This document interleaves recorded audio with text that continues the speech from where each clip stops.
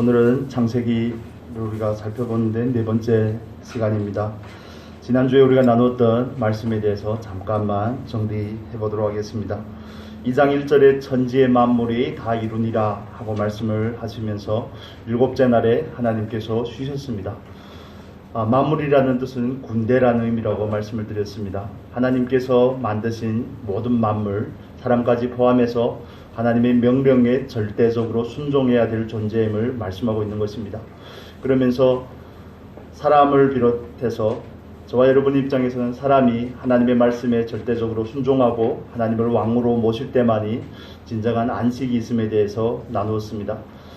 이 일곱째 날의 안식이 그 규례가 조금 발전을 해서 율법의 네 번째 계명으로 들어가게 되고, 그 계명이 신약시대에 와서 어떻게 되죠? 신약시대에 와서는 예수님께서 내가 안식일의 주인이라 그렇게 말씀을 하십니다. 안식일은 사람을 위해서 있는 것이라고 말씀을 하시죠. 그리고 예수님께서 십자가에 못 박히시고 부활하신 다음에, 우리는 부활하고 승천하신 다음에 우리가 예수를 따르는 사람들은 이제는 더 이상 토요일인 안식일을 지키는 것이 아니라 예수님이 부활하신 그날을 안식일로 지키는 것입니다. 지킨다는 표현이 좀 그렇습니다만, 예수를 따르는 사람들은 항상 예수 안에 있으며 초막이나 궁궐이나 어디에 있든지 예수 안에 있으면 안식이 있고 평안함이 있는 줄로 믿습니다. 이건 더 이상 장소의 개념이 아닌 겁니다. 내가 어디에 있든지 하나님의 그 통치, 하나님의 다스림을 받는 그곳에는 진정한 안식과 평안이 있습니다. 오늘 저와 여러분이 살펴볼 말씀은 창세기 2장 4절에서 17절까지의 내용입니다. 우리가 다 익히 아는 내용인데, 이것을 우리가 성경에서는 행위 언약 혹은 최초의 언약이라고 이렇게 말씀한 내용입니다. 우리가 먼저 몇 가지 문제를 해결을 하고 말씀을 구체적으로 살펴보겠습니다. 창세기 1장과 창세기 2장에는 똑같이 창조의 내용과 그 기사가 기록이 되어 있습니다. 그래서 간혹 어떤 사람들은, 어떤 신학자들은 1장과 2장의 내용이 편집을 통해서 최종적으로 이루어졌다 이렇게 이야기하시는 분들도 있습니다. 아무튼 다양한 견해가 있습니다. 그러나 우리가, 저와 여러분들이 성경을 대할 때는 성경 한 권으로 온전하게 대하는 겁니다. 우리가 디모데후서 3장에서 말씀하시는 것처럼 성령의 감동으로 성경이 되어 있기 때문에 그 모든 과정 가운데 하나님의 역사하심이 있는 줄로 믿습니다. 그래서 우리가 1장과 2장의 창조의 내용이 조금 다른 단어들을 통해서 설명을 하고 있는데, 이렇게 생각하시면 됩니다. 1장에서는 1절부터 31절까지 전체적인 부분에 대해서, 흐름에 대해서, 순서에 대해서 말씀을 하시는 거고요. 그 다음에 2장에서는 그 포커스가 땅으로 옮겨지고 땅에서 사람에게로 옮겨집니다. 여섯째 날의 창조에 하나님께서 초점을 맞추고 계시는 겁니다. 우리가 창세기를 이해할 때 보통 10개의 족보로 이루어져 있습니다. 족보가 톨레도트라는 말인데, 이 족보라는 뜻이 후의 자손, 세대 이런 의미로도 되지만 10번의 족보를 통해서 창세기의 방대한 시간의 내용들을 정리를 한 모습을 볼 수가 있습니다. 족보라는 것은 압축을 한 걸 말하죠. 역사라는 그 시간을 압축을 해서 설명을 하는 걸 말합니다. 그래서 우리가 보면 데라의 아들이 아브라함인데, 예를 듭니다. 데라의 아들이 아브라함이고 또 다른 아들들도 있는데, 데라의 그 후대에 와서는 아브라함에게만 집중적으로 조명을 해서 아브라함의 삶을 펼쳐서 설명을 하는 겁니다. 다른 아들들에 대해서는 설명을 하지 않습니다. 그것과 마찬가지로 창세기 1장에서는 천지의 대략, 천지의 순서, 창조된 순서에 대해서 포괄적으로 설명을 하고, 2장에 와서는 여섯째 날의 창조에 포커스를 맞춰서 땅과 사람의 그 초점이 있는 겁니다. 사람에게 초점이 있는 겁니다. 이해가 되십니까? 그 부분을 단독으로 떼어내서 또 크게 확대해서 자세하게 설명하는 내용입니다. 우리 4절에서 6절의 말씀 같이 한번 읽겠습니다. 2장 4절에서 6절입니다. 여호와 하나님이 천지를 창조하신 때에 천지에 창조된 대략이 이러하니라. 여호와 하나님이 땅에 비를 내리지 아니하셨고 경작할 사람도 없었으므로 들에는 초목이 아직 없었고 밭에는 채소가 나지 아니하였으며 안개만 땅에서 올라와 온 지면을 적시었더라. 아멘. 이 말씀을 우리가 읽으면서 이 말씀을 우리에게 힌트하고 멍석을 깐다 그러죠. 멍석으로 깔아주는 그 말씀이 있습니다. 경작할 사람이 없으므로 땅이 경작할 사람을 필요로 하고 있는 그 상태를 우리에게 먼저 주지시키는 겁니다. 그래서 이어서 나오는 내용이 뭐죠? 2장 7절 우리가 잘 아는 것처럼 여호와 하나님이 흙으로 사람을 만드시고 생기를 그 코에 불어넣으시니 사람이 곧 생명이 된지라. 사람이 경작할 사람이 필요함에 대해서 말씀을 하고 그 다음에 사람을 어떻게 만들었는지에 대해서 설명을 하고 있습니다. 2장 4절에 보면 이렇게 되어 있죠. 여호와 하나님이 여러분 유의하여 보셨다면 창세기 1장에서는 그냥 하나님이 이렇게 표현을 합니다. 여러분 이해가 되십니까? 첫째 날부터 마지막 날까지의 창조에서는 1장 3절이죠. 1장 3절에 보면 하나님이 가라사대, 1장 6절에도 하나님이 가라사대, 9절에도 하나님이 가라사대. 1장에서는 하나님이라는 표현을 씁니다. 엘로힘이라고 우리가 그러죠. 하나님에 대해서 사용을 하는데 2장에 들어오면 지난주에 말씀을 드린 것처럼 창세기 1장 1절에서 2장 3절까지는 통으로 된 한 덩어리라고 말씀을 드렸습니다. 첫째 날부터 일곱째 날까지의 창조를 의미하는 거죠. 장절이 9번 후에 와서 있은 거니까요. 그러면서 2장의 내용이 본격적으로는 4절부터 시작이 되는데 4절이 시작하면서 어떻게 나오죠? 여호와 하나님이 이렇게 표현을 하는 겁니다. 우리가 하나님이라고 할 때 엘로힘이라는 이 단어를 쓸 때에는 그냥 하나님이라고 할 때는 전능하신 하나님에 대해서 전능하시고 전지전능하신 그 하나님의 속성에 대해서 나타내려고 할 때 이 표현을 씁니다. 천지를 만드시는 일은 아무나 할 수 있는 일이 아니죠. 그렇지 않습니까? 전지하시고 전능하시고 능력이 무궁하시고 지혜가 무궁하신 그 하나님만이 하실 수 있는 일입니다. 그런데 2장 4절에서는 여호와 하나님이라는 이 표현을 쓸 때 2장에서만 여호와 하나님이라는 표현이 여러 번 강조되어 말씀을 하고 있는데 이것은 하나님께서 첫 번째 만든 사람과 약속을 하실 하나님이라는 것을 전제로 우리에게 암시해주고 있는 겁니다. 여호와 하나님이라는 표현은 사람과 하나님 사이의 그 약속을 언제나 전제를 하고 있을 때 그 표현을 쓰는 겁니다. 여러분 이해가 되십니까? 우리가 여호와라는 이름이 제일 처음 등장하는 게 출애굽기 3장이죠. 출애굽기 잠깐 보겠습니다. 출애굽기 3장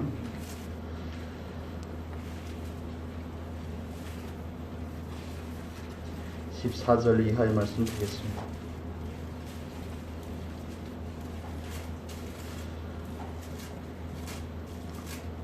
(3장) 13절과 14절의 말씀 구약성경 84페이지에 있습니다. 출애굽기 3장 13절에서 14절의 말씀 같이 읽겠습니다. 모세가 하나님께 고하되 내가 이스라엘 자손에게 가서 이르기를 너희 조상의 하나님이 나를 너희에게 보내셨다 하면 그들이 내게 묻기를 그의 이름이 무엇이냐 하리니 내가 무엇이라고 그들에게 말하리이까. 하나님이 모세에게 이르시되 나는 스스로 있는 자니라. 또 이르시되 너는 이스라엘 자손에게 이같이 이르기를 스스로 있는 자가 나를 너희에게 보내셨다 하라. 아멘. 애굽에서 이스라엘 백성들이 종살이하면서 그들의 어려움에 하나님께서 귀를 기울이시고 아브라함과 하셨던 야곱과 하셨던 이삭과 하고 야곱과 하셨던 그 약속을 다시 기억하십니다.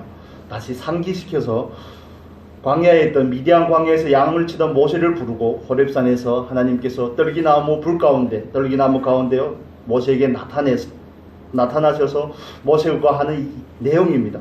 그리고 약속하신 그 하나님을 하나님께서는 어떻게 소개하죠?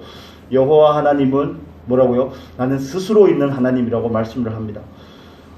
이스라엘의 조상들과 약속을 하신 그 하나님, 그 약속에 신실하신 그 하나님에 대해서 설명을 할 때만 여호와 하나님이라는 표현을 쓰는 겁니다.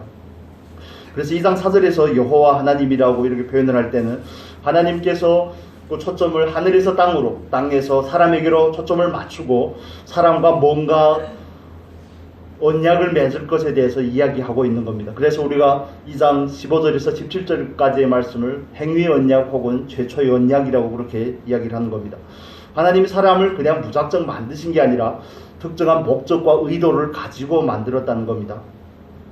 여러분 이해가 되십니까? 그래서 2장 4절에 보면 창세기 2장 4절에 보면 하나님이 천지를 창조하신 때에 천지에 창조된 대략이 이러하니라. 한글 성경에는 두 번 다 천지를 창조하신 때 이렇게 나오는데 원문 성경에 보면 천지를 창조하신 때에 땅과 하늘을 창조한 대략이 이러하니라. 앞에 나오는 것은 항상 강조의 의미를 둡니다. 그래서 땅으로 포커스를 맞춰서 사람에게로 그 초점이 옮겨지는 모습을 우리가 볼 수가 있습니다. 여호와 하나님이라는 표현은 언약의 하나님에 대해서 사용할 때만 쓰는 표현이라고 그랬습니다. 하나님께서 사람을 만드시고 사람과 언약을 맺습니다. 하나님은 창조주가 되시고 사람은 피조물입니다. 피조물과 하나님, 창조주가 되시는 하나님 사이에는 어떤 지켜야 될 룰 같은 게 있다는 겁니다. 피조물인 사람의 입장에서 그것을 우리가 15절을 보겠습니다. 15절 2장 15절의 말씀 보겠습니다. 여호와 하나님이 그 사람을 이끌어 에덴 동산에 두사 그것을 다스리며 지키게 하시고 16절에 보면 여호와 하나님이 그 사람에게 명하여 가라사대 동산 각종 나무의 시루가는 네가 임의로 먹되 선악을 알게 하는 나무의 시루가는 먹지 말라. 네가 먹는 날에는 정령 죽으리라 하시니라.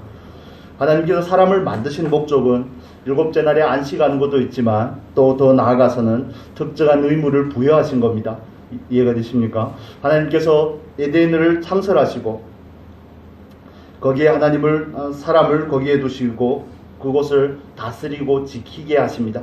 그리고 거기에 추가적인 명령을 두 가지를 합니다. 한 가지만 하는 게 아닙니다. 그 한 가지 명령은 뭡니까? 모든 열매를 임의로 먹되 생명나무를 포함한 모든 열매는 사람에게 먹도록 하나님께서 말씀을 하신 겁니다. 허락을 하신 겁니다. 그 다음에 한 가지는 우리가 잘 알고 있는 것처럼 선악과 열매는 먹으면 어떻게 됩니까? 먹지 말라고 표현을 하죠. 그래서 임의로 먹되 한글 성경에 이렇게 번역이 되었는데 사실 이거는 절대적인 명령용법으로 사용이 된 겁니다. 먹고 먹으라 강조하는 겁니다. 꼭 먹어야 된다는 것을 의도하신 것이죠. 그리고 선악과의 열매를 먹지 말라고 할 때도 먹은 그 결과를 죽고 죽으리라 이렇게 말하는 것입니다. 그래서 하나님께서는 사람을 만드시고 에덴 동산으로 인도하시고 에덴 동산을 만드시고 거기로 사람을 인도하시고 사람과의 어떤 관계를 맺으신 겁니다. 언약을 맺으신 겁니다. 피조물로서 사람은 자기의 위치에 바르게 서 있어야 됨을 하나님께서 말씀을 하신 겁니다. 여러분 이해가 되십니까? 그래서 저와 여러분에게 있어서 우리가 하나님 앞에서 피조물로 된 존재로서 저와 여러분은 하나님 앞에 마땅히 행해야 될 의무가 있는 겁니다. 이 부분을 살펴보기 전에 먼저 7절의 말씀을 우리가 살펴보고 이 부분을 다시 살펴보겠습니다. 7절의 말씀 우리가 다 잘 아는 것처럼 여호와 하나님의 글구로 사람을 지으시고 생기를 그 코에 불어넣으시니 사람이 생명이 된지라. 한글판 번역은 좀 애매한 구석이 있습니다. 우리가 이 구절을 보고 언뜻 생각하기에 하나님께서 글구로 사람을 빚어서 만든 것 같은 그런 인상을 우리가 많이 갖게 되거든요. 그런데 원래 성경에 보면 사람을 지을 때 흙으로 지었는데 흙에 있는 먼지로 지은 겁니다. 진토라 그러죠. 먼지로 지은 겁니다. 흙은 그나마 형체가 있는데 먼지는 생명도 없고 형체도 없는 겁니다. 여러분 이해가 되십니까? 하나님께서 사람을 자기의 형상을 따라 모습을 따라 사람을 만들었는데 사람을 만든 그 원재료가 흙도 아니고 흙에서 나는 먼지라는 겁니다. 흔하디 흔한 천하디 천한 먼지라는 겁니다. 사무엘상의 말씀을 좀 보면 이해가 잘 됩니다. 사무엘상 2장 8절입니다. 사무엘상 2장 8절입니다.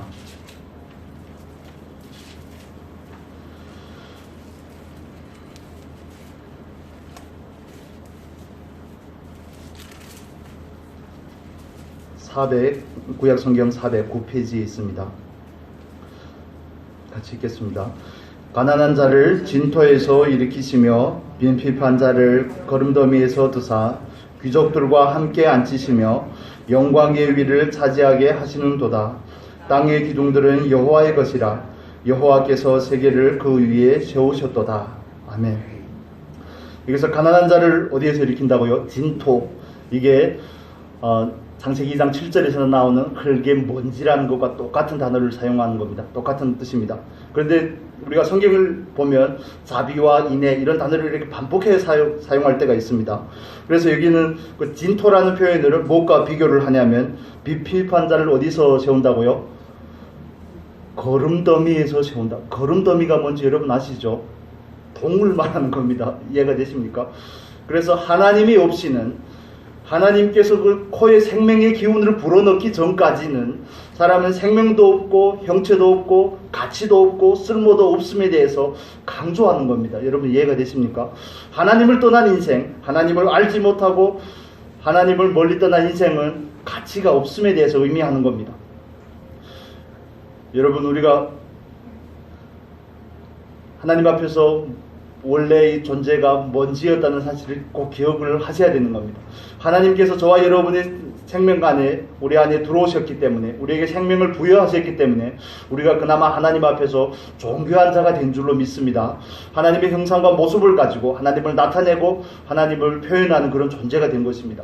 그러나 그 생명의 기운이 있기 전에, 생명의 기운을 하나님께서 불어넣기 전에는 진토였고 거름더미와 방불한 상태였다는 것입니다. 다른 의미로 살펴보면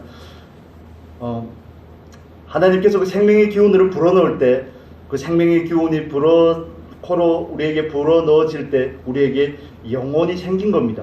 영이 생긴 겁니다. 이해가 되십니까? 우리에게 생명의 기운으로 인해서 안에 생겨난 그 영은 하나님과 똑같은 본질과 속성을 가진 게 아닙니다. 하나님을 표현할 수 있는 존재일 뿐이죠. 그러나 영원히 불멸하는 그런 존재입니다. 이해가 되십니까? 그래서 이 영은 하나님의 성령이 아닙니다. 하나님께서 이 부분을 제가 설명을 잘 드려야 될 텐데 또 시비가 생깁니다. 그러지 않으면 하나님은 삼위일체 하나님으로 계시죠. 그런데 그 하나님께서 여기서 말하는 생기라는 표현은 성령을 말하는 게 아닙니다. 그냥 숨입니다. 호흡입니다. 하나님의 호흡이 진토인 그 사람에게 들어올 때 우리에게는 영이 생긴 겁니다. 영이 생겨난 것이고 우리가 생명이 되었다고 표현을 하죠. 생명이 되었다는 것은 혼적인 존재가 된 겁니다. 살아있는 혼이 된 겁니다. 다시요. 살아있는 혼이라는 의미는 하나님께서 만드신 생물이라는 그 단어와 똑같은 의미를 가집니다. 살아있는 존재가 된 겁니다. 그래서 하나님의 생명의 기운이 저와 여러분에게 들어오지 않았다면, 처음에 만드신 그 아담에게 들어가지 않았다면 우리는 어떤 존재라는 겁니까? 그냥 먼지고 진토에 불과하다는 겁니다.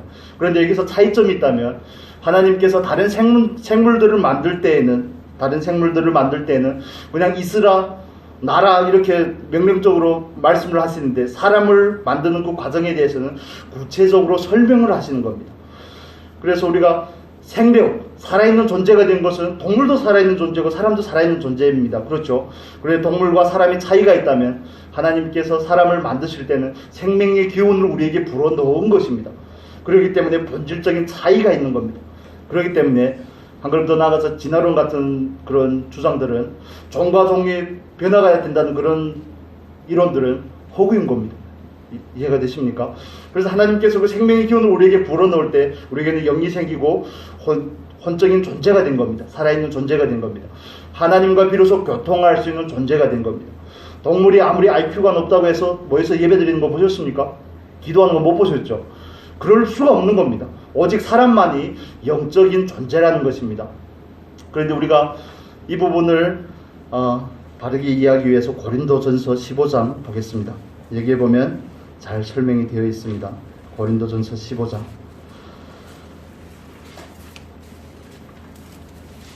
고린도전서 15장 45절입니다. 45절에서 47절까지 보겠습니다. 신약 성경 284페이지에 있습니다.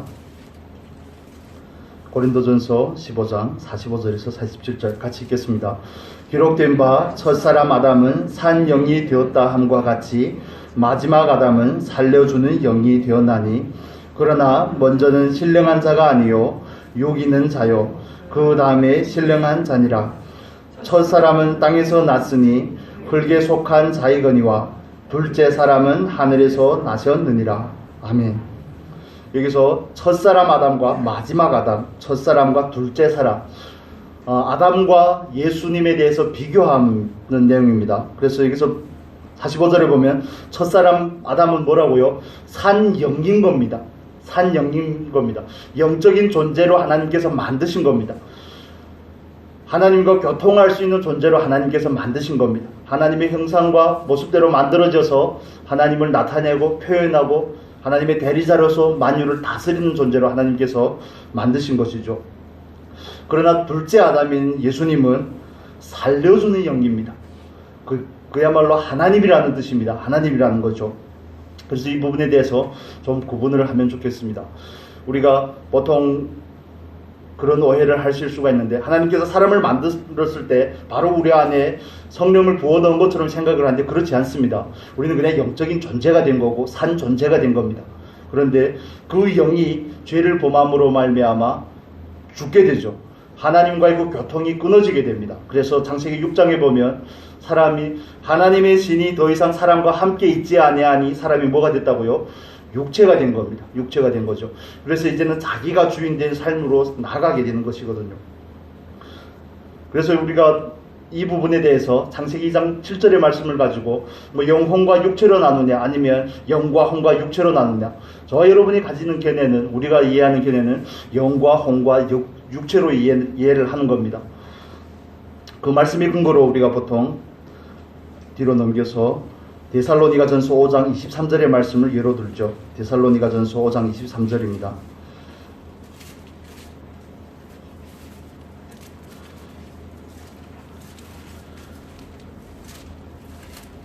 신약성경 332페이지, 33페이지에 있습니다. 5장 23절 같이 읽겠습니다.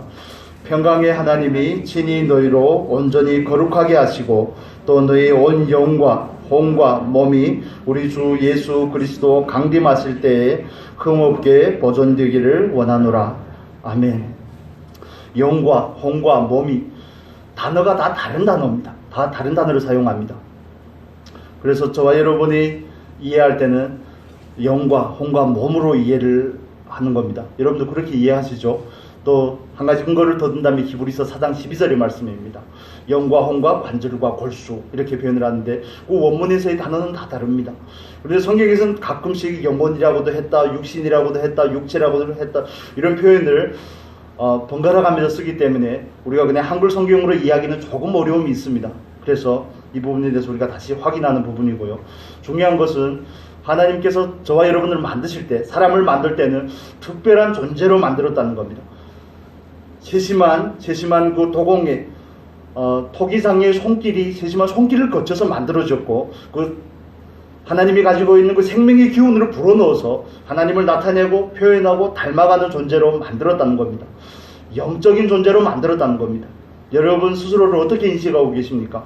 우리가 육체를 가지고 있고 내 생각과 내 의지와 내 감정이 있다고 해서 나는 육적인 존재가 아니고 육적인 존재라고 이해할 수가 있는데 그렇지 않다는 겁니다. 우리는 영적인 존재이고 하나님과 교제할 수 있게끔 하나님께서 만드셨다는 겁니다. 그것이 하나님께서 만드신 원래의 목적이고 의도인 줄로 믿습니다. 여러분 스스로를 어떻게 인식하고 계십니까? 스스로를 영적인 존재로 인식하고 계십니까? 영적인 존재라면 영적인 것을 소망하고 원해야 되는 겁니다. 땅보다는 하늘을, 육체보다는 영에 관심을 둬야 되는 것이 영적인 존재가 가져야 될 특성입니다.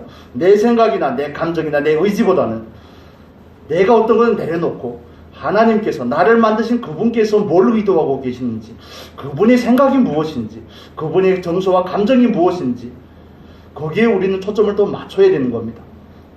여러분 이해가 되십니까? 그래서 우리가 뭘 하기 전에 하나님 앞에 묻는다고 그러죠. 묻는다고 그러는데 다 그런 의도에서 시작이 되는 것인 줄로 믿습니다. 우리가 물을 때 하나님 앞에 뭔가를 예를 들면 뭔가를 하려고 물을 때 그 물음에 포함된 내적인 의미는 하나님께서 주인님이라는 그런 의미가 있는 겁니다. 내가 들어서 어떻게 바르게 선택을 해야지, 그것보다 우선되는 것은 당신이 주인이기 때문에, 하나님께서 주인이기 때문에 묻는 겁니다. 묻는다고 하나님께서 항상 대답을 하시던가요? 안 하시던가요? 안 할 때가 훨씬 더 많거든요. 안 한다고 하기보다 우리가 못 알아먹을 때가 훨씬 더 많은 겁니다. 그럴 때는 우리가 자기 의지를 따라 선택할 수밖에 없습니다. 선택할 수밖에 없지만, 그러나 그런 과정 가운데서 저와 여러분의 선택에 오차가 있고 혹시 실수가 있다고 할지라도 하나님께서 합력하여 선을 이루시는 줄로 믿습니다. 하나님께서 정해놓으신 하나님의 계획, 궁극적인 의지죠. 그 뜻은 절대로 파기될 수가 없습니다. 폐기될 수가 없기 때문에 그런 것입니다. 그래서 언제나 그 뜻을 향해서 하나님의 열심을 내시고 저와 여러분을 준비시키시고 그 놀라운 하나님 뜻을 이루는 그 뜻 가운데 우리가 참여되기를 원하는 것이 하나님의 목적인 줄로 믿습니다. 그래서 우리가 여기서 창세기 2장 7절을 통해서 우리가 다시 한번 상기하고 기억해야 될 부분은 우리는 영적인 존재라는 것입니다. 하나님께서 우리를 존귀하게 만드셨다는 겁니다. 우리는 하나님 손길이 필요한 것이고 하나님을 떠나면 먼지, 진토, 거름과 방불한 상태라는 것을 꼭 인식할 수 있기를 바랍니다. 우리가 창세기 2장으로 돌아와서 8절의 말씀 먼저 설명을 하겠습니다. 8절을 보겠습니다. 2장 8절. 8절에 보면 여호와 하나님이 동방의 에덴에 동산을 창설하시고 그 지으신 사람을 거기에 두시고 여호와 하나님이 그 땅에서 보기에 아름답고 먹기 좋은 나무가 나게 하시니 동산 가운데는 생명나무와 선악을 알게 하는 나무도 있더라. 제일 처음 성경을 읽을 때 저는 가지는 그런 질문들이 그런 거였습니다. 뭐 달라고 생명나무고 선악을 알게 하는 나무를 만들어가지고 우리를 요땅으로 만들었다냐. 이런 생각이 안 들었습니까? 제가 이상한 겁니까? 제가 좀 그런 이상한 기질이 있어 그런 건가요? 만들지를 말든지 만들어 놓고 뭐 먹었다고 또 시비를 걸 거면 아니 만들지 않으면 얼마나 좋았을까? 사실 그런 생각을 하긴 했습니다만 구해 보면서 조금 이해가 됐습니다. 하나님께서 사람 아담을 만드시고 나서 아담에게는 전적인 자유의지가 있는 겁니다. 그래서 방금 우리가 설명을 했던 것처럼 2장 16절에서 모든 동산에 있는 모든 나무의 실과 생명나무를 포함한 모든 실과를 임의로 먹되 먹어야 된다고 말씀을 하는 겁니다. 그래서 절대적인 명령형을 쓰는 겁니다. 먹고 먹으라. 그걸 먹으라는 것이 하나님의 의도고 목적이었는데 사람은 자기의 의지를 가지고 하나님께서 하지 말라고 하는 걸 선택을 했기 때문에 그 결과를 자기가 감당을 하는 것이죠. 이해가 되십니까? 하나님께서 사람이 먹을 걸 미리 아신 건 맞지만 꼭 먹어야 돼 이렇게 한 건 아니라는 겁니다. 하나님께서는 악을 만들지 않았습니다. 하나님께서는 사람의 타락을 예정하신 게 아닙니다. 하나님은 미리 전제하시기 때문에 알고는 계시지만 그 선택할 수 있는 그 주도권 누구에게 있다고요? 사람에게 있는 겁니다. 그래서 그 대가도 사람이 당하는 거고요. 먼저 선악과의 열매를 먹었다면 선악을 알게 하는 나무의 열매보다는 생명나무의 열매를 먹으면 산영이 된 생명이 된 살아있는 존재가 되어 있는 그 사람이 영원히 살겠죠. 그래서 여기서 생명나무라고 말할 때 이 생명을 70인역이라고 하는 그 헬라어 번역 성경에는 조예라는 단어를 사용합니다. 여러분 많이 들어본 단어죠. 조예는 영적인 생명을 의미하는 겁니다. 예수님 스스로를 표현할 때 나는 길이요 진리요 생명이니 할 때 그 조예라는 단어를 쓰거든요. 여러분은 익숙하신 이야기이기 때문에 그래서 요한일서 5장에도 보면 하나님의 아들인 예수가 있는 사람에게는 생명이 있고 예수가 없는 사람에게는 생명이 없다고 말하는 겁니다. 생명나무의 열매를 먹어야지 아담이 하나님과 교통하며 영원히 살 수 있는 겁니다. 그 전에는 그냥 산 존재입니다. 물론 죄를 범하지 않았기 때문에 죽지는 않겠지만 그런 부분이 있습니다. 그렇다면 이 두 가지의 나무의 열매를 이 두 나무를 왜 동산 중앙에다 놨을까요? 우리 한글 성경에는 가운데라고 되어 있죠. 9절에 보면 동산 가운데 생명나무와 선악을 알게 하는 나무도 있더라. 3장에 가면 또 표현이 쉽게 되어 있습니다. 3장 3절에 보면 동산 어디에 있다고요? 중앙에는 한문에서 온 표현이죠. 가운데는 중앙에 똑같은 뜻입니다. 중앙에. 에덴 동산은 한 단어가 아닙니다. 두 개의 단어입니다. 에덴이 있고 동산이 있는 겁니다. 에덴이라는 그 범주에 동산이 있는 겁니다. 순천이라는 지역에 가곡동이 있는 것처럼 이해가 되시죠? 그래 에덴에 동산이 있는 겁니다. 그 동산 중앙에 두 개의 나무가 있는데 하나는 생명나무요, 하나는 선악을 알게 하는 나무입니다. 왜 동산 중앙에다 뒀을까요? 선악을 알게 하는 나무와 생명나무가 가지는 본질적인 의미가 무엇일까요? 우리가 잘 아는 것처럼, 여러분 잘 아시는 것처럼 하나님께서 사람에게 어마어마한 특권을 부여하셨습니다. 그렇죠? 우리가 다음 주에 살펴보겠지만 동물들에게도 아담이 가진 그 지혜와 지각을 따라서 동물에게 이름도 지어주고요. 만물을 다스리고 통치할 수 있는 권리를 주셨지만 한 가지만 제한한 겁니다. 뭘 제한했습니까? 선악을 알게 하는 나무의 열매는 먹지 말라는 겁니다. 그 나무가 어떤 나무니 어떤 열매니 거기에 포커스를 맞추는 것보다 그 나무가 가지고 있는 의미가 무엇이냐 그겁니다. 그 나무는 구분하는 겁니다. 구분하는 겁니다. 그 나무가 동산 중앙에 있다는 의미는 아담이 어디에서나 그 동산 중앙에 있는 그 나무를 쉽게 볼 수 있다는 것을 의미하고, 그 나무를 볼 때마다 아담이 가져야 되는 생각이 뭘까요? 어떤 생각을 해야 될까요? 나는 피조물입니다. 내가 지혜가 있고 지각이 있고 본적인 능력이 뛰어나다 할지라도 나는 어떤 존재라고요? 나는 피조물입니다. 이 구분을 두는 겁니다. 그래서 우리가 죄를 범한다는 것을 관역을 벗어나간다 혹은 월권이라는 의미로도 사용을 되거든요. 그래서 아담이 피조물로서의 사람은 그 나무를 볼 때마다 자기가 피조물이라는 것을 인식을 해야 되는 겁니다. 내 능력이나 내 지혜나 내가 가지고 있는 그 자원을 따라서 너무 교만하면 안 되는 것이죠. 우리가 이사야서 14장, 에스겔서 28장에서 천사가 타락할 때의 그 모습과도 마찬가지거든요. 스스로의 자아도취가 되는 거죠. 자아도취가 되는 겁니다. 자아도취가 돼서 자기의 주인이 누구인지, 창조주가 누구인지를 망각하게 되는데, 그 해결을 하는 백신이 뭐라고요? 선악을 알게 하는 나무인 겁니다. 그걸 볼 때마다 인식을 해야 되는 겁니다. 내가 아무리 능력이 있고 내가 아무리 가진 게 많다고 할지라도 나는 어떤 자리에 있다고요? 피조물의 자리에 있다는 것을 인식하는 그 구분을 두는 겁니다. 그래서 행위의 언약에서 한 가지만 제한을 한 거죠. 먹는 날에는 죽고 죽으리라. 반드시 죽으리라. 개정판 성경에는 반드시로 되어 있습니다. 반드시 죽으리라. 그 구분을 어길 때, 그 월권을 할 때, 피조물의 자리에서 창조주의 자리를 넘볼 때는 하나님께서 절대 용납하지 않으시겠다는 것을 말씀을 하는 겁니다. 그러면 이때까지 설명을 다시 한번 우리가 주제별로 정리를 해보겠습니다. 저와 여러분은 하나님 앞에서 영적인 존재인 줄로 믿습니다. 우리가 비록 진토에서 났으나, 거름더미와 방부라는 그 진토에서 났으나 하나님께서는 우리를 애정과 사랑을 가지고 만드셨고 귀하다 말씀하시고 우리를 영적인 존재라고 말씀하시는 줄로 믿습니다. 그래서 이 세상의 삶, 육신의 삶을 가지고 나를 인식하면 안 된다니까요. 우리가 내가 입은 옷이라든지 가진 직분이라든지 돈이라든지 권세라든지 이런 걸 가지고 자기 스스로에게 가격표를 붙이면 안 되는 겁니다. 원초적인 상태로 돌아가서, 원래의 상태로 돌아가서 성경의 말씀이 뭐라고 하는가에 따라서 자기의 가격을 매겨야 되는 겁니다. 하나님께서 귀하다고 그러니까 우리가 귀한 줄로 믿습니다. 하나님을 떠난 인생이 진토고 거름더미와 같다는 것 때문에 우리는 하나님께서 저와 여러분의 삶 가운데 더 귀한 분이신 줄로 믿습니다. 생명의 근원 되신 아버지를 떠나서는 아무것도 할 수가 없는 것입니다.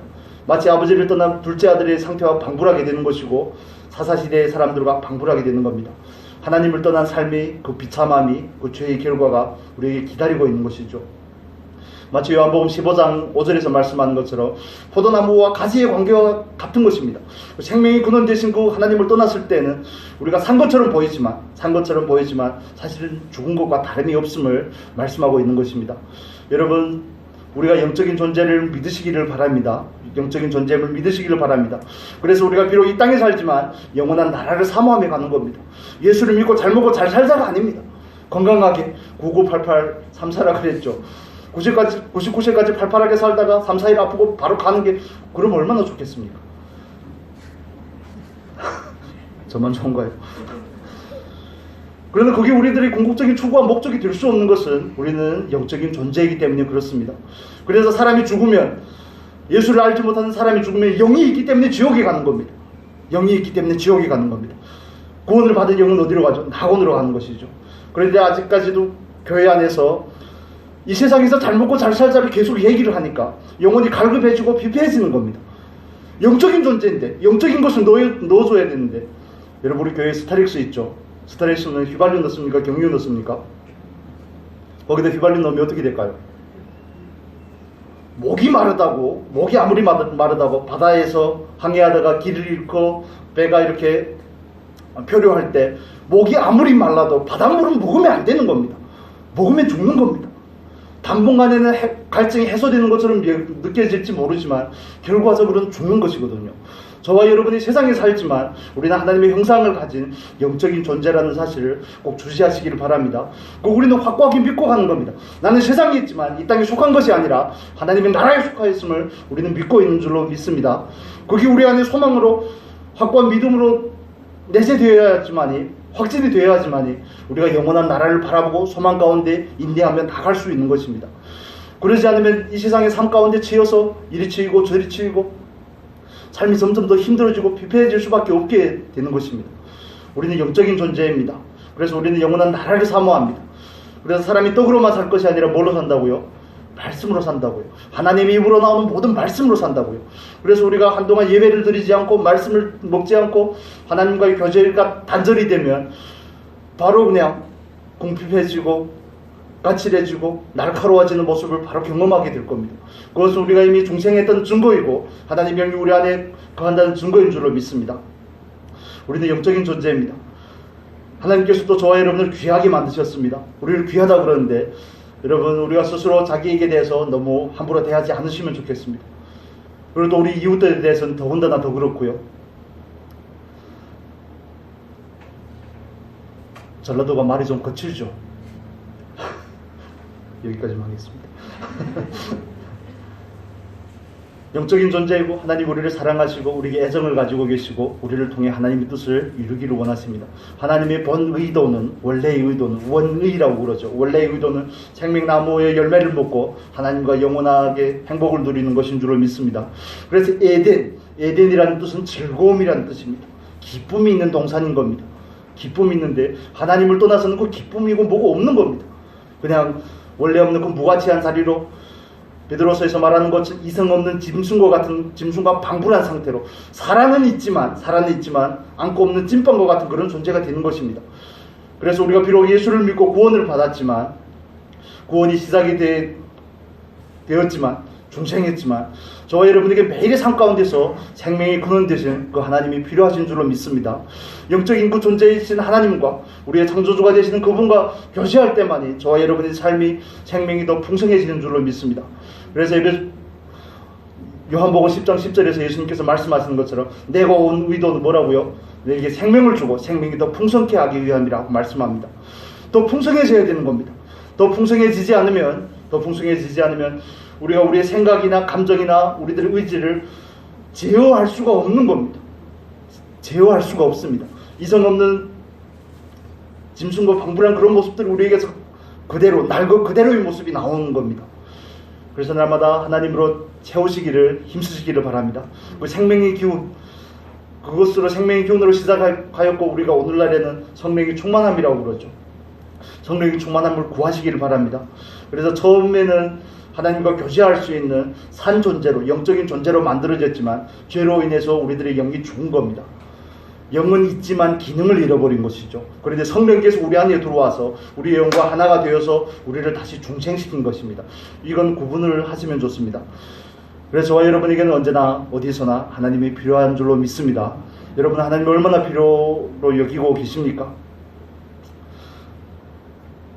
정말 우리가 위기의 상황 가운데나 환난이나 어려움이 있을 때만 하나님을 찾는 게 아니라 하나님과 늘 그런 교제가 가득하면 좋겠습니다. 그래야지 그 에덴을 우리가 누린다니까요. 하나님과 함께 있는 그곳은 어디든지 하나님의 나라인 줄로 믿습니다. 하나님과의 관계가 회복이 돼야지 우리 삶에 기쁨이 있습니다. 즐거움이 있습니다. 물론 세상이 바빠가죠. 세상이 우리에게 어려움을 주고 많은 환난을 가져다 주는 건 사실입니다. 산다는 것 자체가 쉬운 일은 아니기 때문에 그런 것이죠. 그렇지만 그런 와중에도 하나님과의 그 교제가 있고 교통이 있을 때만이 우리는 기쁨 가운데, 즐거움 가운데 인내하며 승리하게 될 줄로 믿습니다.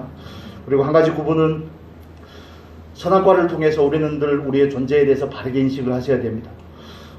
우리의 원래의 존재가 진토라는 것을 인식하면서 하나님을 떠나서 우리가 살 수 없음에 대해서 인식을 한다면 선악과를 통해서는 나는 피조물이라는 것을 인식을 하는 겁니다.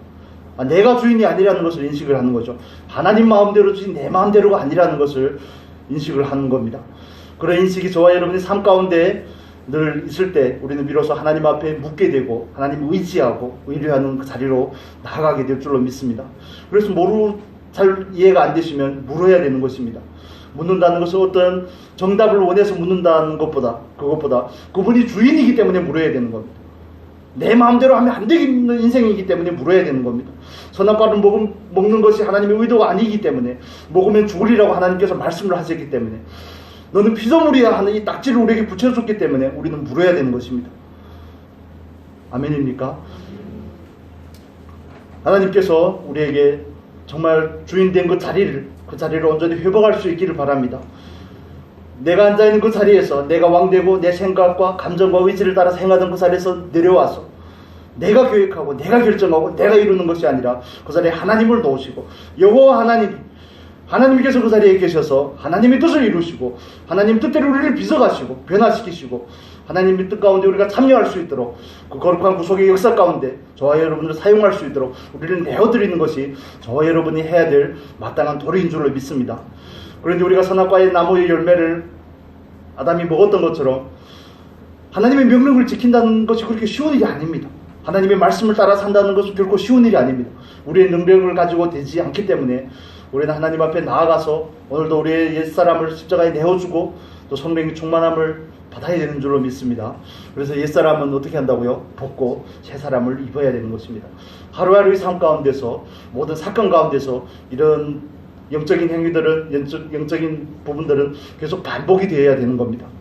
내가 깨달았다고 해서 한 번 하고 끝나는 게 아닙니다. 우리는 주님 만나러 갈 때까지 이 일을 하기 위해서 부름받은 줄로 믿습니다.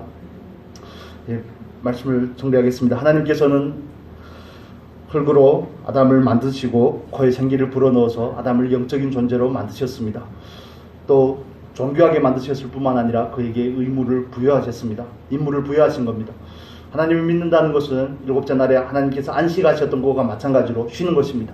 그 쉼 가운데 먼저 쉬고 나중에 일하는 겁니다. 먼저 쉬고 나중에 일하는 겁니다. 하나님과 충분히 관계 가운데 그 교제 가운데 충분한 쉼과 안식을 누리고 나서 그 에너지와 능력을 가지고 나가서 사는 겁니다. 저와 여러분도 주일날에 하나님 앞에 나와서 한 주의 시작이 되는 그 주일날 아버지 앞에 나와서 먼저 하나님을 공급을 받고 그 공급받은 에너지와 능력을 가지고 이 세상 가운데서 빛의 자녀로 살아내는 은혜가 있기를 바랍니다. 우리는 진토에서 만들어졌지만 하나님이 없을 때는 진토입니다. 그런데 하나님께서 우리에게 들어오셨을 때는 하나님께서 귀하다고 여기시고 우리는 하나님의 형상과 모습으로 만들어진 존귀한 존재인 줄로 믿습니다. 그래서 여러분 스스로를 아끼셔야 됩니다. 함부로 대하시면 안 됩니다. 정말 소중하게 잘 다루셔야 됩니다. 이것은 이기적이 되라 하는 그런 말이 아닌 것을 여러분 잘 이해하시죠. 하나님께서 아담을 에덴 동산에 두고 거기를 다스리며 지키게 하셨는데 한 가지 제한을 두셨다는 것은 하나님께서 아담에게 너는 피조물이라는 것을 주지시키기 위해서 그렇게 하신 것입니다. 그래서 저와 여러분의 삶 가운데서도 늘 하나님의 말씀이 기준이 되면 좋겠습니다. 하나님의 말씀이 기준이 되어야 되는 겁니다. 내가 기준이 되는 게 아닙니다. 항상 육체의 반응은 빠릅니다. 어떤 일을 당하면 육체의 것들이 바로바로 생각이 팍팍 들고 반응이 바로바로 나옵니다. 육체의 것들은.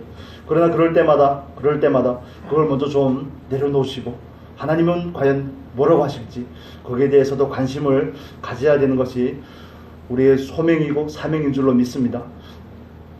그래서 우리가 늘 하나님을 떠나서는 진토밖에 안 되는구나.